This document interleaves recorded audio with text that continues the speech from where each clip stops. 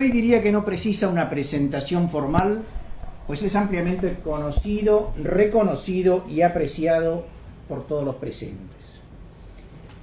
El padre Alfredo Sáenz es profesor honoris causa de la Universidad Católica de La Plata y socio honorario de nuestro instituto.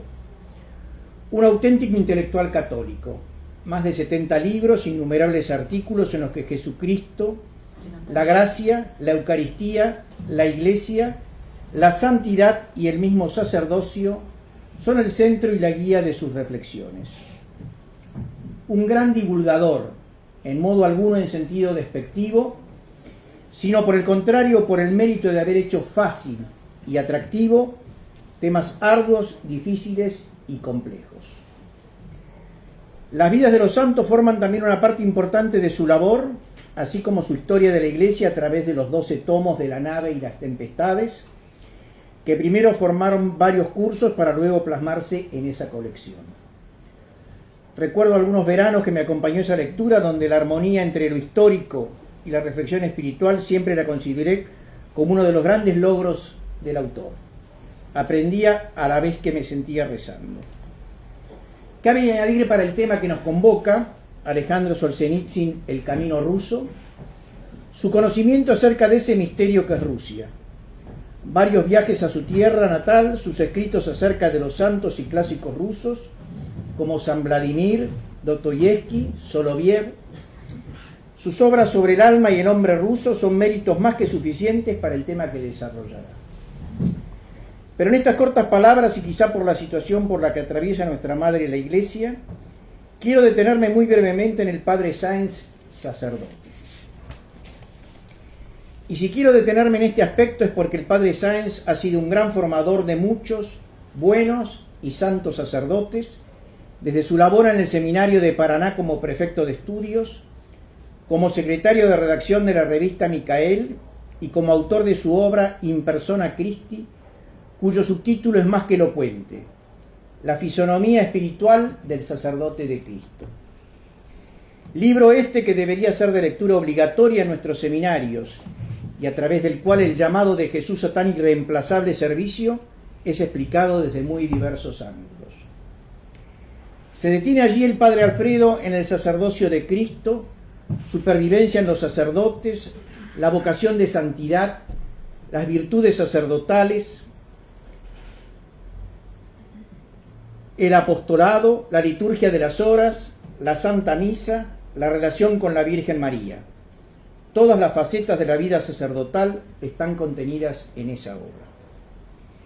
Y también me quiero detener en el sacerdocio por el ejemplo de vida del padre Sáenz. Ha sido fiel a su vocación sacerdotal como miembro de la orden fundada por San Ignacio de Loyola. Ha perseverado en la fe, ha combatido el buen combate de que nos habla San Pablo, superando las dificultades que la vida le fue presentando, perseverando en la fe. Ha buscado encarnar esa figura sacerdotal que nos describiera con tanta claridad.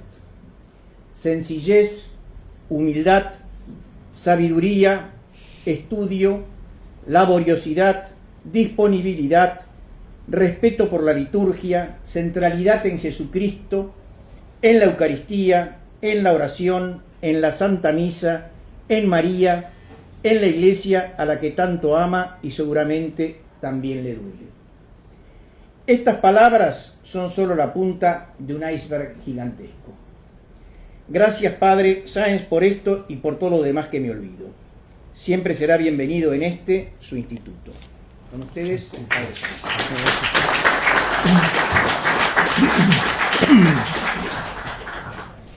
Muchas gracias. Vamos entonces a entrar en esta gran figura, nuevo Dostoyevsky, podríamos decir. Primero algunos datos de su biografía. Al que no conoce, nació en Rusia caucásica en el año 1918 y, habiendo perdido a su padre antes de nacer, fue criado pobremente por su madre en Rostov sobre el Don, que siempre lo acompañaba a la iglesia hasta que se cerró la última de ellas en la persecución comunista. Nunca olvidaría él, como él dice, las horas pasadas en tantos oficios religiosos y esa impronta original de una frescura y una pureza extraordinaria que no pudieron luego erosionar ni los avatares de la vida ni las teorías intelectuales. Escribióse más tarde, aunque parezca raro decirlo, pero en la juventud comunista, porque él fue joven comunista, con Somoza, y después de brillantes estudios de física, matemáticas, historia, literatura y filosofía, entró en el año 1941 en el ejército soviético, donde por su actuación valiente lo ascendieron al grado de capitán. Al término de la guerra fue detenido en 1945 por haber criticado en carta a un amigo la conducción staliniana, gratuitamente cruel, de las operaciones militares, y condenado a 8 años de presidio. Liberado en 1953, debió permanecer relegado hasta el 57, fecha en que fue rehabilitado. Entre sus numerosas obras, ya que esto hay que decir algo para los que no conozcan, destaquemos Un día de la vida de Iván Denisovich, donde relata la jornada de un recluso en la dura estepa siberiana, apenas 17 horas de las 5 de la mañana hasta las 10 de la noche, pero suficiente para dar testimonio de lo que un hombre es capaz de sufrir en carne propia, carnal y espiritualmente, moralmente. Asimismo, otra obra, La casa de Matriona, Por el bien de la causa, novelas cautivantes que expresan el alma de Rusia. A partir de 1964, todos sus libros fueron prohibidos en la Unión Soviética, pero llegando al extranjero por caminos clandestinos, fueron enseguida traducidos.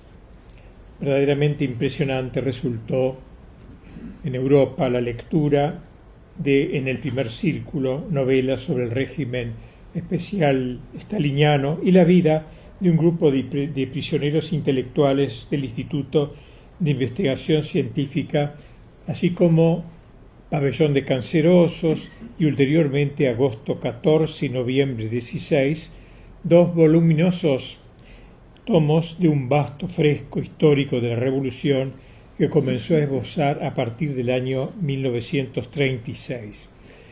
Le dieron en este momento el Premio Nobel de Literatura, año 1970, pero fue furiosamente atacada esta decisión por los literatos rusos, comunistas, y vino luego la publicación en el extranjero de su obra cumbre, que se llamaría Archipiélago Gulag. Detenido en 1974, le retiraron su ciudadanía soviética y lo expulsaron de la Unión Soviética. Tras una intensa gira por diversos países de Europa y Estados Unidos, con una agobiante serie de conferencias de prensa, artículos, reportajes, residió luego en una finca situada en Estados Unidos, en el estado de Vermont, donde llevó adelante su obra Ciclopia sobre la Revolución Soviética. En estas reflexiones trataremos de ser lo más breve que podamos, junta todo el pensamiento que tiene sobre el mundo comunista en la Unión Soviética, al que conoció tan profundamente desde sus propias entrañas, y también, y esto es muy interesante, a veces se conoce menos, sus impresiones del mundo occidental, en cuya decadencia penetró con una perspicacia nada frecuente, ni siquiera en los pensadores europeos. Hablemos primero entonces del comunismo. Solzhenitsyn captó como pocos la índole metafísica y teológica del comunismo, así como su concreción en los diversos campos de acción del quehacer humano. Hondo desprecio experimenta Solzhenitsyn por la antropología soviética, capaz de viviseccionar al hombre hasta concluir en su destrucción. El comunismo es para él un intento tan crudo de explicar el individuo y también la sociedad como si un cirujano, dice Solzhenitsyn, se resolviese a operar con un cuchillo de carnicero, con una enorme grosería. Todo lo que es sutil, dice él, con la psicología humana y en la estructura de la sociedad, que es todavía más delicada, todo esto es reducido a crudos procesos económicos. La totalidad del ser creado es reducido a materia, materialismo auténtico, verdadero materialismo, exaltación de la materia, por una parte, pero al mismo tiempo, y paradojalmente, a este hombre materializado se le retasea la materia que necesita para sobrevivir. Pauperización material del pueblo, pues, pero sobre todo pauperización espiritual. La erradicación violenta de la fe, la supresión de la verdadera cultura, la disecación al hombre ruso. Las mujeres, equiparadas al hombre, se agotan más que nunca y se les roba sistemáticamente las mentes de sus hijos. La moral pública ha decaído drásticamente, no porque el pueblo tenga inclinaciones particularmente tortuosas, sino porque los comunistas le han pegado el sustento espiritual y han liquidado a todos aquellos que podían proporcionarle consuelo espiritual, especialmente el sacerdocio. Se ha debilitado el cuerpo, se ha mancillado el alma, se ha llegado incluso a profanar el paisaje, el mismo paisaje ruso, la tierra rusa. Hemos, dice Solzhenitsyn, hemos ensuciado y manchado los amplios espacios de Rusia y desfigurado el corazón de Rusia y nuestro amado Moscú. Se ha establecido sobre todo el campo y al hombre envilecido, al hombre que ha quedado envilecido por este trabajo psicológico, aquel a quien Dostoyevsky había descrito como el que anuncia y lleva a Dios, así lo definía el ruso, el que anuncia y lleva a Dios, el aldeano sobre todo, fue arrastrado por las hordas rojas de la revolución. El plan apuntaba nada menos que a la destrucción final del campesinado ruso. Izbás y aldeas fueron atrasadas, los campesinos fueron siendo apiñados todos juntos en colonias de pisos múltiples al estilo del modelo industrial, lo cual significa el fin de los lazos que unían al labrador con su tierra. Las tradiciones nacionales rusas, las costumbres, incluso el paisaje ruso y el carácter nacional, todo estaba desapareciendo para siempre. Fue una ofensiva contra el alma del pueblo ruso. En cuanto a la religión, el comunismo es demoníaco.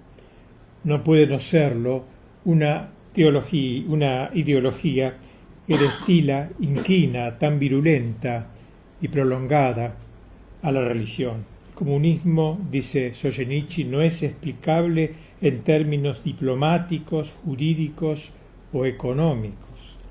Trátase de una religión a la inversa, esto lo insiste mucho en esto, una religión invertida es una ideología con pretensiones místicas, una ideología panteísta también.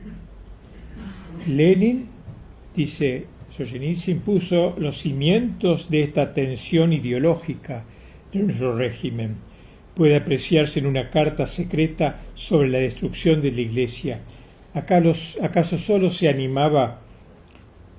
lo animaba el deseo de apoderarse del poder?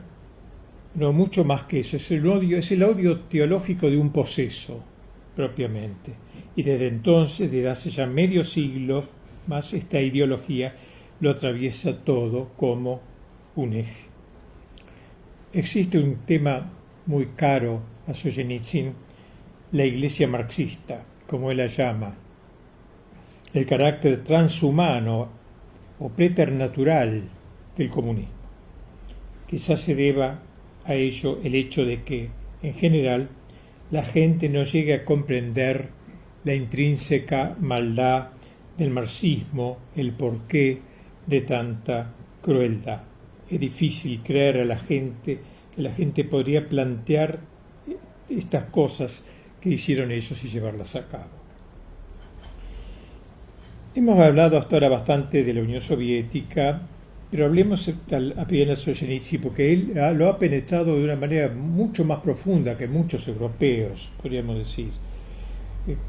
La connivencia de Occidente con el poder soviético, eso va a tratar mucho, al tiempo que la total miopía por comprender el trasfondo metafísico y teológico del marxismo que tiene el Occidente. Occidente subvencionó la revolución. Existe una verdadera alianza entre los líderes soviéticos y los capitalistas de los Estados Unidos. Afirmó Solzhenitsyn en una conferencia a los trabajadores norteamericanos una permanente solidaridad de fondo entre la revolución soviética y el mundo liberal capitalista de Occidente. Él mismo ha podido constatar cómo durante 50 años los hombres de negocios de Occidente han puesto el hombro al comunismo ruso. Él mismo ha podido constatar la economía chapucera y torpe de los soviéticos, que no hubiera podido superar las dificultades internas sin la continua ayuda material y tecnológica del Occidente.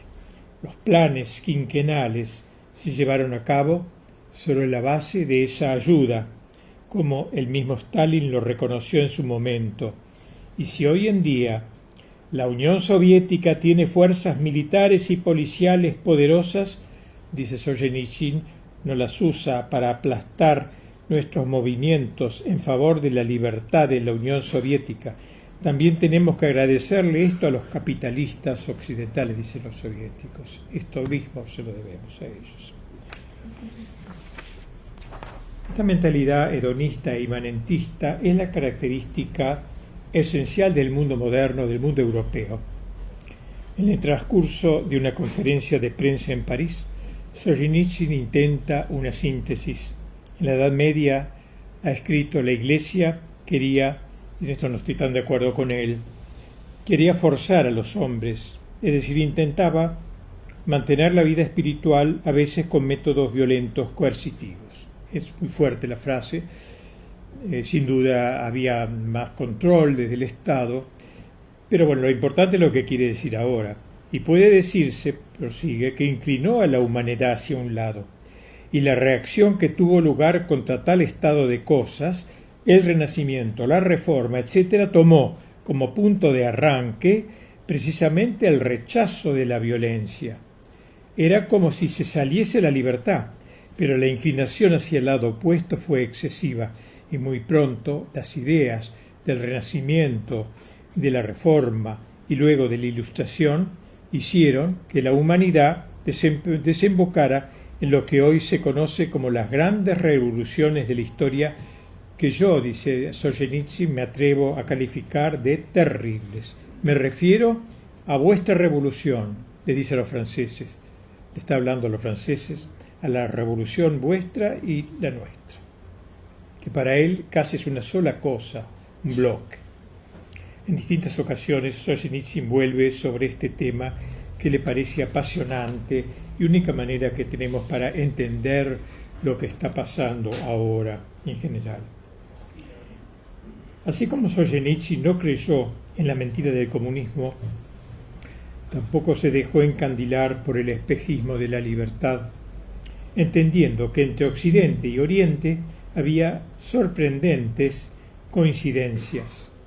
que lazos profundos unían el capitalismo liberal hoy reinante en Occidente y el marxismo soviético, que es un vástago, dice él. Por supuesto que las diferencias de nivel de vida son abrumadoras, sin embargo, no es la estructura social ni el disfrute de bienes materiales la clave principal de la existencia.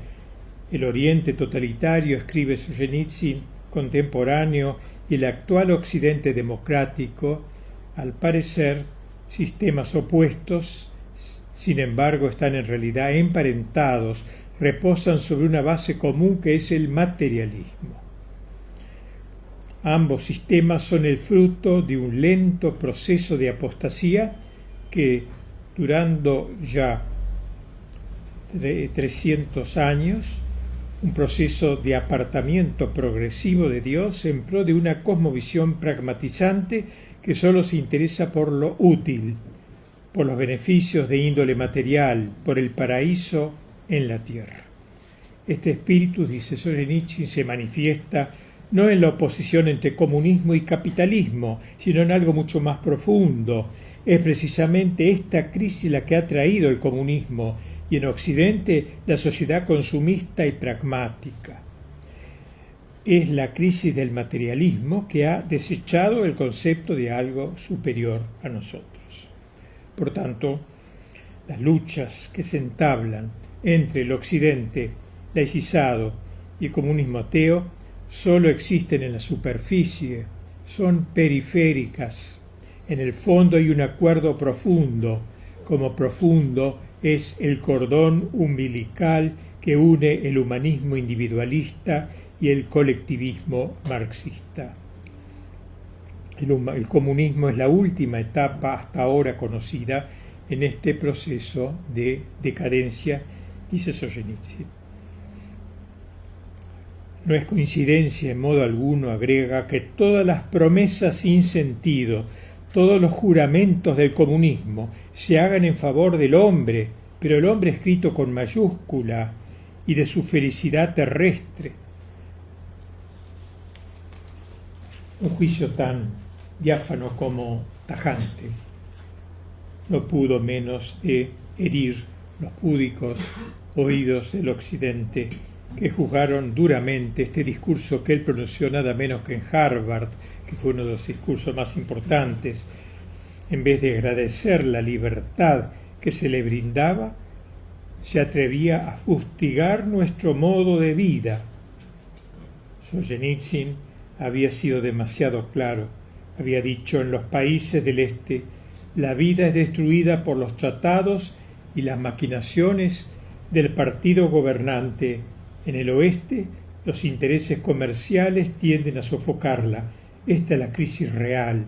La división del mundo es menos terrible que la similitud de la enfermedad que aqueja a sus dos secciones principales. A raíz de semejante diagnóstico, Occidente le dio las espaldas a este emigrado insolente, quien a partir de entonces quedó arrinconado en un cono de sombra. Él, por su parte, ya había previsto que sus declaraciones no lograrían taladrar la sordera del bienestar material de Occidente, que difícilmente penetrarían, como él dice, las conciencias de aquellos miopes individuos que se contentan con relajarse y se calientan al sol con las ponzoñosas melodías del eurocomunismo. Al parecer, Occidente, prosigue, solo responderá a las trompetas del juicio final, que ya no presta atención a un sonido menor. En este sentido, Solzhenitsyn cifraba más esperanzas en Rusia que en Occidente, ya que el terrible sufrimiento que soportaba era aquella más propicio para engendrar fortaleza de carácter que el hedonismo y la secreta complicidad de Occidente.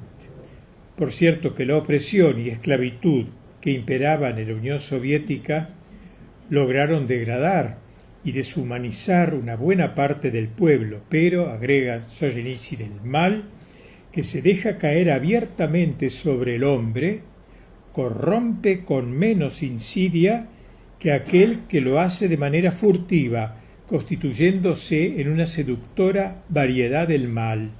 La opresión directa también puede dar origen a un proceso contrario, un proceso de ascensión espiritual, incluso de encumbrado vuelo. Por eso Rusia tendrá que buscar en sus propias entrañas, dice, y no en otra parte, el rescoldo de su resurrección. Si alguien me preguntara si yo indicaría el Occidente tal como es hoy para modelo de mi país, con franqueza, tendría que responder negativamente. No podría recomendar la sociedad de ustedes en su estado actual como ideal para la transformación de la nuestra. Por medio de intensos sufrimientos, nuestro país ha alcanzado ahora un desarrollo espiritual de tal intensidad que el sistema occidental, en el estado de agotamiento espiritual en que se encuentra, no parece atractivo. Hay un hecho incontestable, prosigue. En el occidente, el carácter del hombre se ha debilitado. En el este, se ha fortalecido. 6 décadas para nuestro pueblo y 3 décadas para la gente de Europa Oriental han sido un periodo durante el cual hemos cumplido un entrenamiento espiritual muy por delante de la experiencia occidental. Una vida compleja, mortal, aplastante, ha producido a caracteres más fuertes, más profundos y más interesantes que los generados por el bienestar estandarizado del Occidente.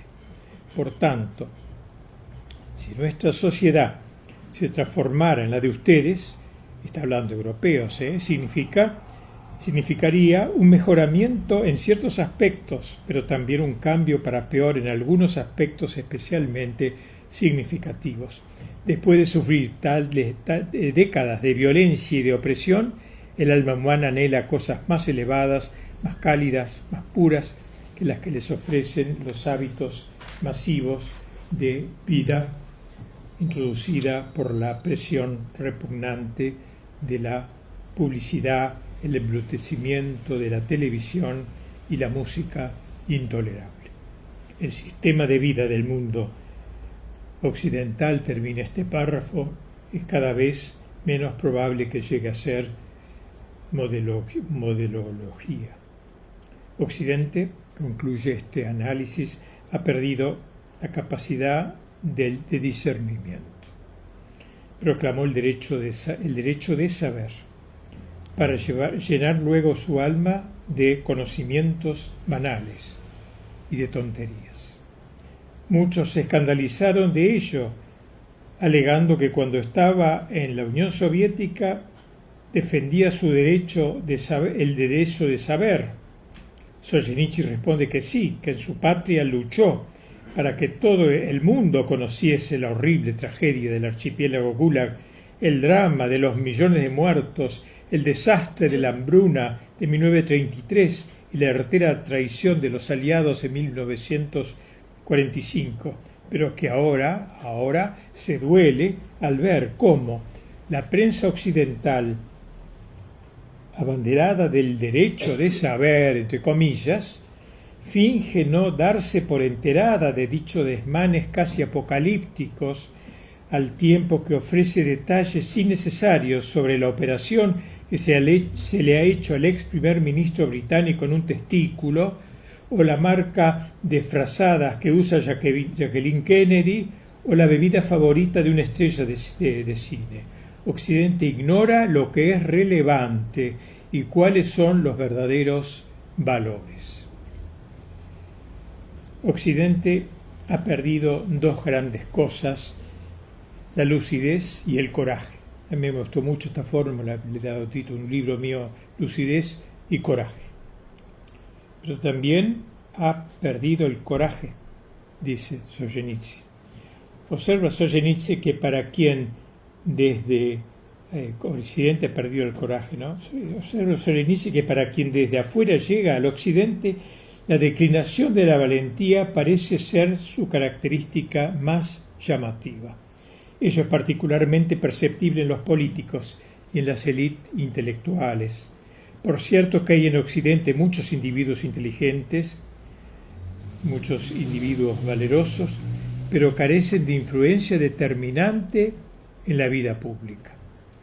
Los que están en el poder son por lo general cobardes y tiemblan ante las naciones fuertes, al tiempo que se muestran despóticos frente a los países débiles que carecen de apoyo en la opinión pública internacional. No deja ello de ser preocupante, dice Solzhenitsyn, ya que desde los tiempos antiguos la declinación del coraje ha sido considerada como un síntoma del comienzo del fin. La declinación del coraje. Pero decíamos que eran dos pérdidas, la pérdida del coraje, pero también la pérdida de la lucidez. En relación con esta doble pérdida, Solzhenitsyn nos ha dejado un texto admirable, realmente complexivo. Hay un proverbio alemán que dice Mut verloren, alles verloren. Cuando se pierde el coraje, todo está perdido. Hay otro latino según el cual la pérdida de la razón es el verdadero heraldo de la destrucción. Pero, ¿qué le ocurre? Prosigue preguntándose Solzhenitsyn, ¿qué le ocurre a una sociedad en que se produce la intersección de ambas pérdidas, la pérdida de la lucidez y la pérdida del coraje? Este es el cuadro que a mi juicio presenta hoy el Occidente. Lucidez y coraje. La solución no vendrá pues del oeste, dice él, no la esperemos del oeste. Si alguna vez llegamos a ser libres, lo habremos hecho solo nosotros. Si alguna lección saca la humanidad del siglo XX, se la habremos dado nosotros a Occidente, y no Occidente a nosotros. Con su prosperidad demasiado facilona, se les han debilitado la voluntad y la inteligencia. Y por eso es necesario reunir estas dos cualidades. Describe Solzhenitsyn el Gulag, ahora va a quedarse en eso, como una experiencia límite que puede llevar al hombre, esto es muy interesante también, a la abyección total o a su resurrección. También en todo él ve como una paradoja que se presta para dos cosas, ¿no?, diversas. Sea a través del trabajo servil físico esclavizante, cual se describe en Archipiélago Gulag, como del trabajo intelectual, según se pinta en el primer círculo, el hombre puede llegar a estos dos desemboques también, la esclavitud o la elevación. El hombre es puesto en un cruce de caminos. Esta fórmula le encanta a Solzhenitsyn, un cruce de caminos. Símbolo de cruce, una constante en todas sus obras. No en vano, en el Archipiélago hay un capítulo que se llama Depravación y otro que se llama Ascensión. Él siempre juega con estos dos extremos. Sobre la paja podrida de la prisión yace el misterio de la elección. Al hombre en situación de despojo absoluto que logra vencer la degradación, el campo se convierte en una abertura hacia el cielo, la cuna de un segundo nacimiento. El hombre esclavo se levanta y recupera su dignidad, alcanzando una libertad interior incomparable. Hay como un recorrido iniciático desde el seno del infierno, que es el Gulag, pasando por el purgatorio del dolor asumido y purificante, se llega al paraíso de la libertad interior del Hijo de Dios. Por eso Solzhenitsyn cierra uno de sus capítulos con un hosana: bendita tú seas prisión, bendito el papel que has jugado en mi existencia. Es el eco del hosana de Dostoyevsky en Siberia. Solzhenitsyn ha contado y ha cantado también esta elevación, esta decisión de enderezarse, como él la llama, en decisión de enderezarse, de erguirse desde la derelicción total.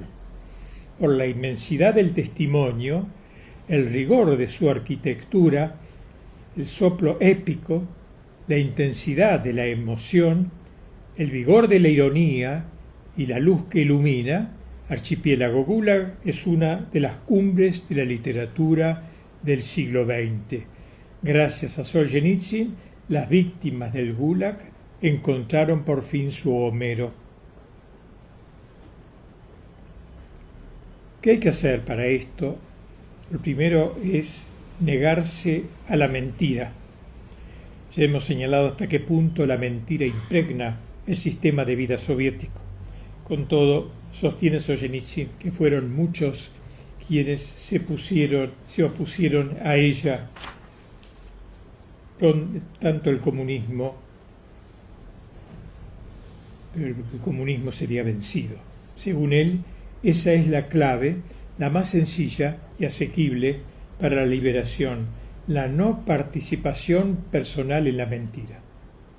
Hacer ese pequeño propósito, nada más. Que la mentira, dice Solzhenitsyn, lo cubra todo, que lo avasalle todo, pero obstinémonos en lo más pequeño, que camine, pero no a través de mí.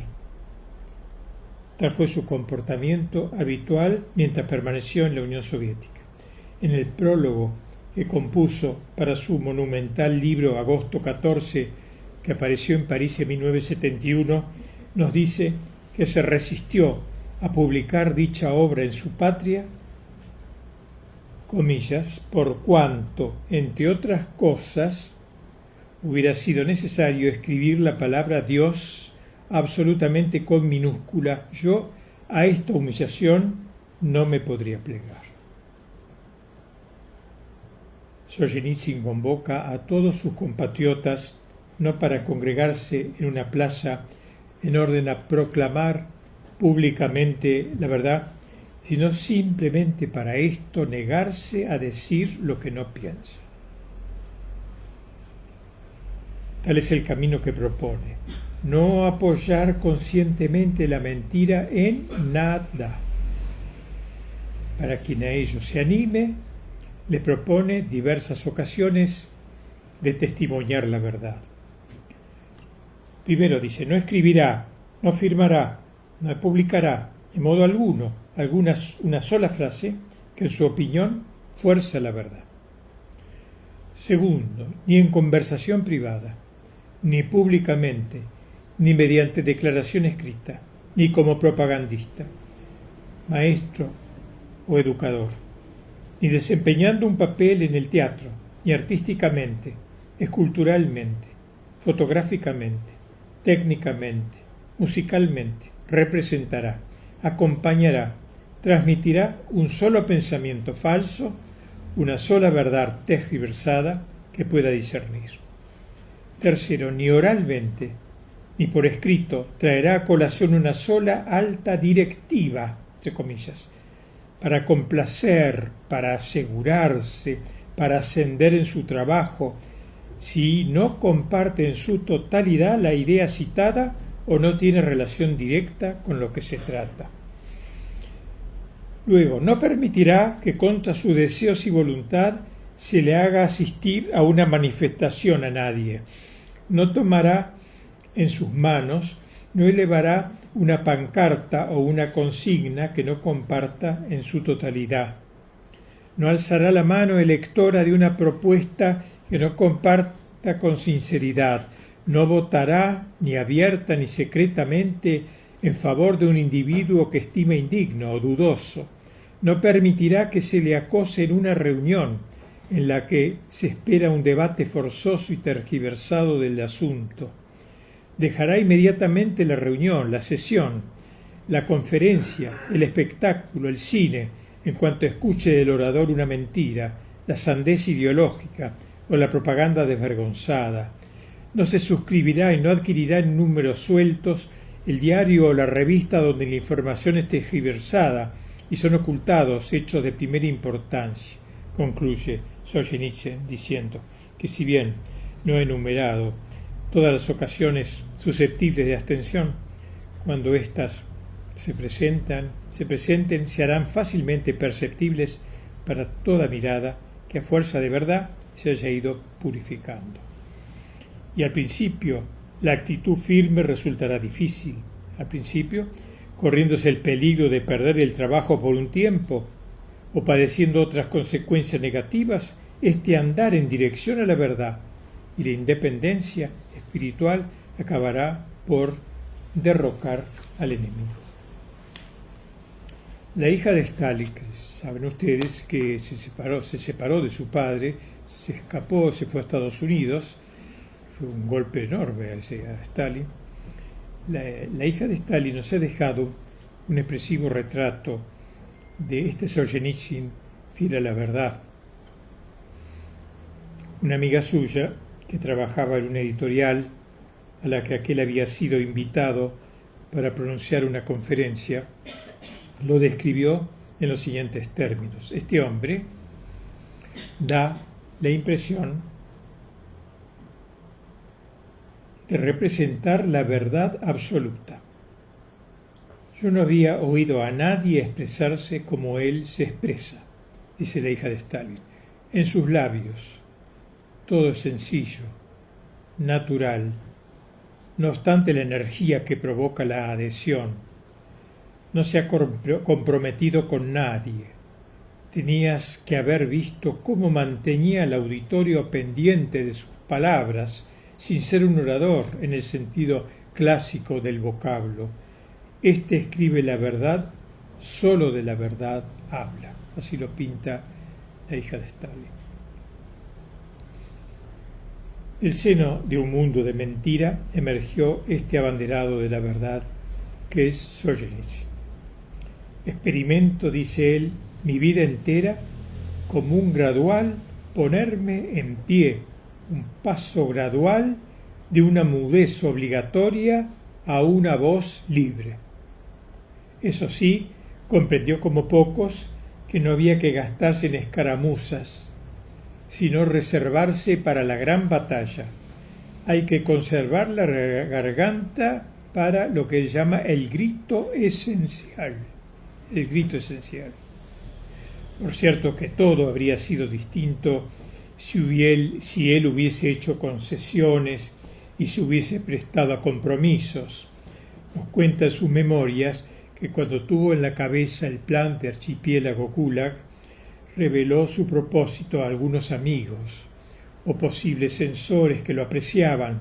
Pues bien, todos ellos le pedían a coro, comillas, un relatito que pudiera pasar,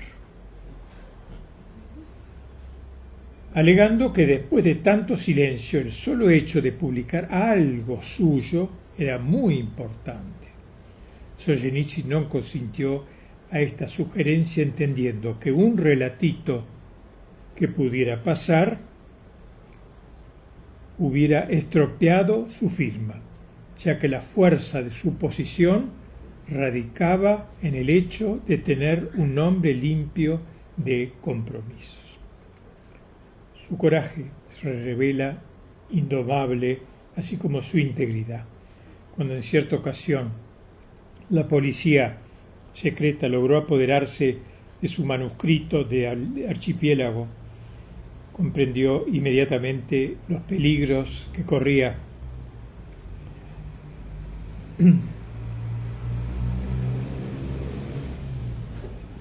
Que estaba en una situación sumamente difícil, entre otros que se llevasen como rehenes a sus hijos.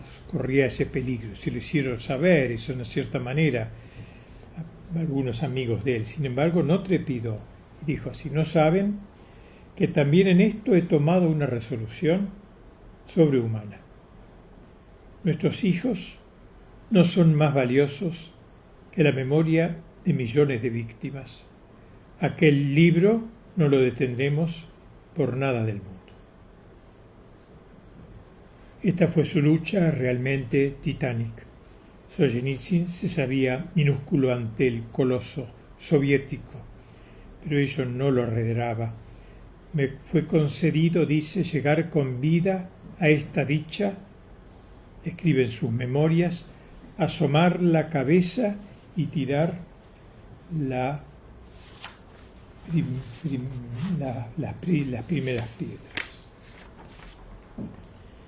Vamos terminando ya. Solzhenitsyn considera como medio para lograr todos estos anhelos la actividad literaria, como su modo concreto y contundente, el que él conoce, de entablar batalla contra las fuerzas del mal. Para él el literato es un combatiente, no distingue para nada el literato del combatiente.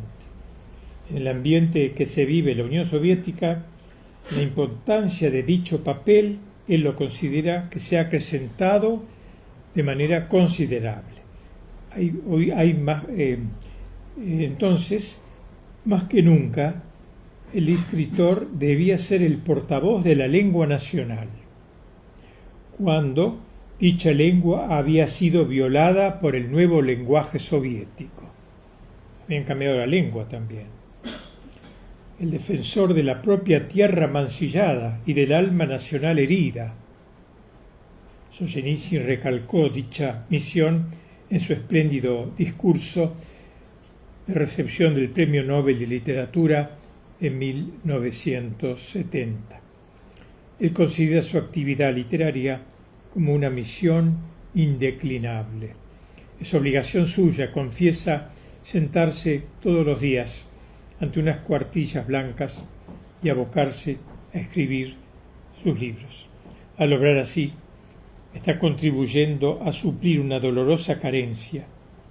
Los escritores de varias generaciones no han podido decir la verdad sobre Rusia, sobre la Revolución Soviética, y esta es lo que está intentando, es su deber hacerlo. El verbo de Dostoyevsky cobra acentos castrenses cuando describe su quehacer literal. No es en absoluto, dice, un problema del escritor, sino una tensa estrategia. Los libros son como divisiones o cuerpos de ejército, o bien, atrincherados en tierra, no deben ni disparar ni asomarse, o bien en la oscuridad y en silencio han de pasar puentes, o bien, habiendo disimulado sus preparativos hasta la última palabra de tierra, tienen que salir por un lado inesperado, en un momento inesperado, a un ataque en masa. Y el autor, como un comandante en jefe, o bien adelanta unos, o bien otros los atrasa, otros a posiciones de espera. A la manera de un jefe de comandos, entonces, se entusiasma con sus novelas, que se infiltran clandestinamente en la Unión Soviética. Ya marchaban, dice, los batallones de Samizdat. Samizdat era la prensa secreta, ¿no? Ya marchan los batallones del Samizdat. La aparición del archipiélago Gula señala la hora fatal para el sistema opresor. El bosque de Vietnam ya se ha puesto en marcha. Contra los soviéticos se han levantado decenas de millones de asesinados. Combate grandioso el suyo, que lo trasciende como él mismo lo deja entender. Entre diciembre y febrero escribo la última redacción de Archipiélago, corregir y pasar a máquina 1200 folios en 73 días, encima enfermo, y encendiendo la estufa y guisando yo mismo, y lo pone todo con mayúscula, esto no lo hice yo, alguien guió mi mano.